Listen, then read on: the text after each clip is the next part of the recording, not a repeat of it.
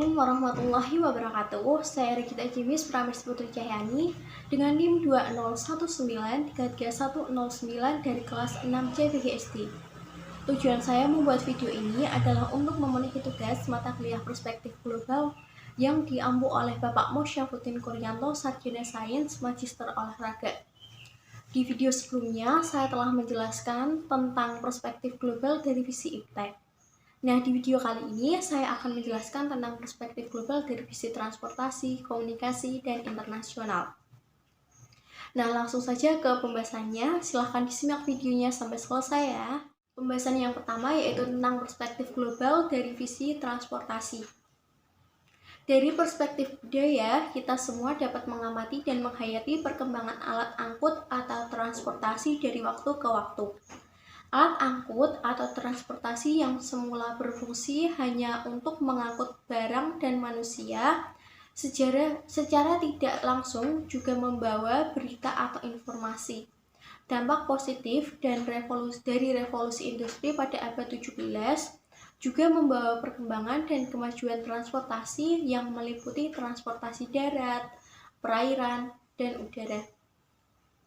Perkembangan jalan sebagai prasarana dan alat angkut sebagai sarananya, selain mendekatkan jarak relatif dalam ruang permukaan bumi, juga memecahkan keterpencilan.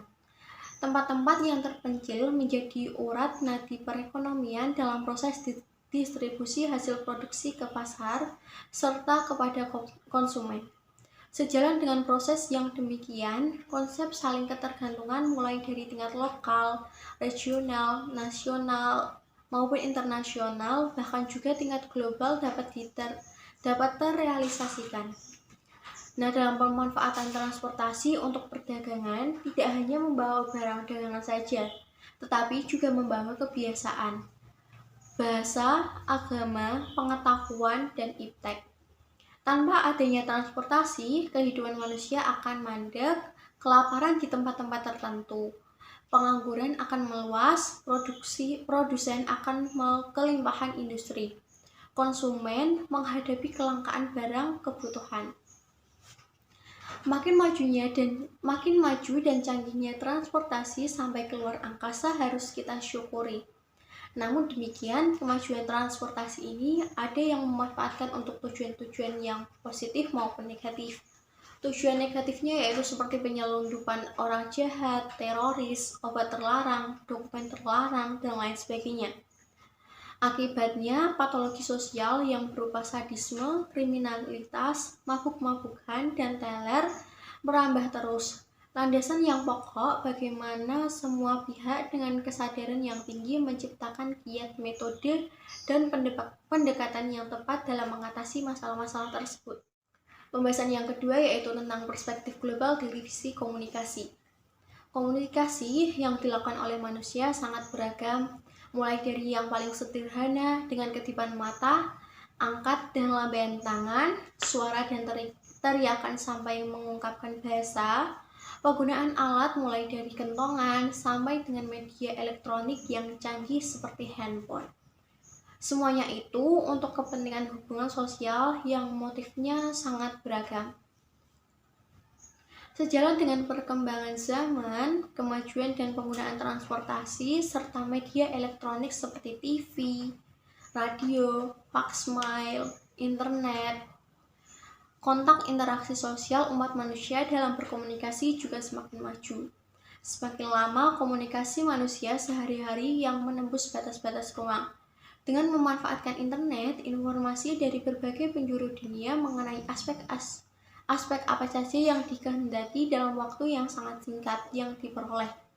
Banyak hal yang harus kita perhatikan tentang rekayasa media komunikasi yang perlu diwaspadai penyimpangan penggunaannya. Dari perspektif global, keberhasilan saling ketergantungan dalam segala aspek kehidupan antar bangsa dan antar negara tidak dapat dilepaskan dari keberadaan serta peranan transportasi dan media komunikasi. Dampak globalisasi dalam segala aspek kehidupan terus berjalan, yang positif membawa rahmat wajib kita syukuri, sedangkan yang berdampak negatif mendatangkan laknat harus kita waspadai.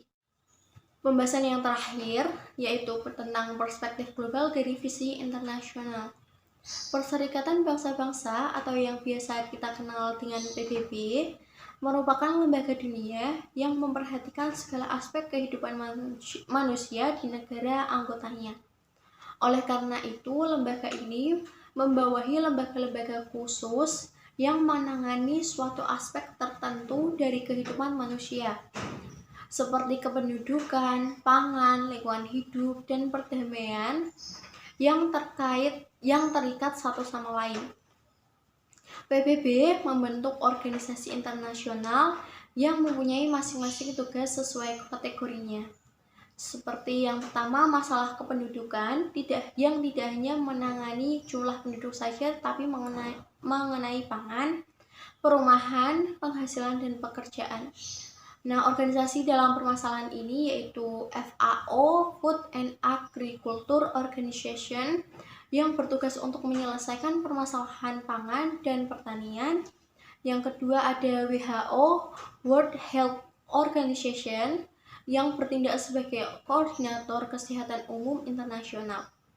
Permasalahan yang kedua yaitu masalah lingkungan hidup yang tidak dapat lepas dari kependudukan, industri, sumber daya alam, kesehatan, dan tatanan ilmiah.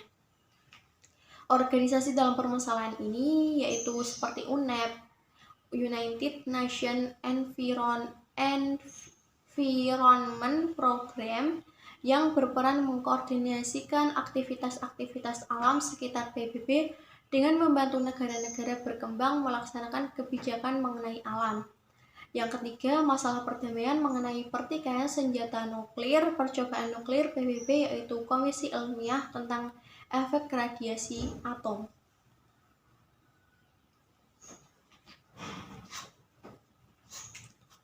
Lembaga internasional, baik PBB maupun organisasi-organisasi independen, memiliki kedudukan, fungsi, dan peran yang bermakna dalam menopang saling pengertian serta saling ketergantungan antar bangsa dan negara yang beragam, sistem politik, ekonomi, budaya, serta keadaan aslinya. Cukup sekian pembahasan saya tentang perspektif global dari visi transportasi, komunikasi, dan internasional. Kurang lebihnya saya mohon maaf. Wassalamualaikum warahmatullahi wabarakatuh.